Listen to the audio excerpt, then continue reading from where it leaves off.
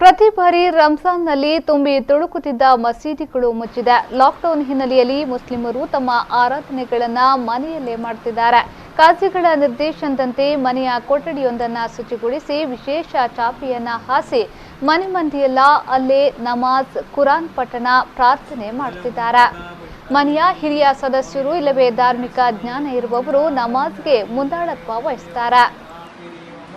ಸರ್ಕಾರದ ಹಾಗೂ ಗೌರವಾನ್ವಿತ ಕಾಜಿಗಳ ಹಾಗೂ ಡಿಸ್ಟ್ರಿಕ್ಟ್ ಕಮಿಷನರ್ ಅವರ ಆದೇಶವನ್ನು ಮುಸ್ಲಿಂ ಸಮುದಾಯವು ಬಹಳ ಸ್ಪಷ್ಟವಾಗಿ ಮನಗಂಡು ಅದನ್ನು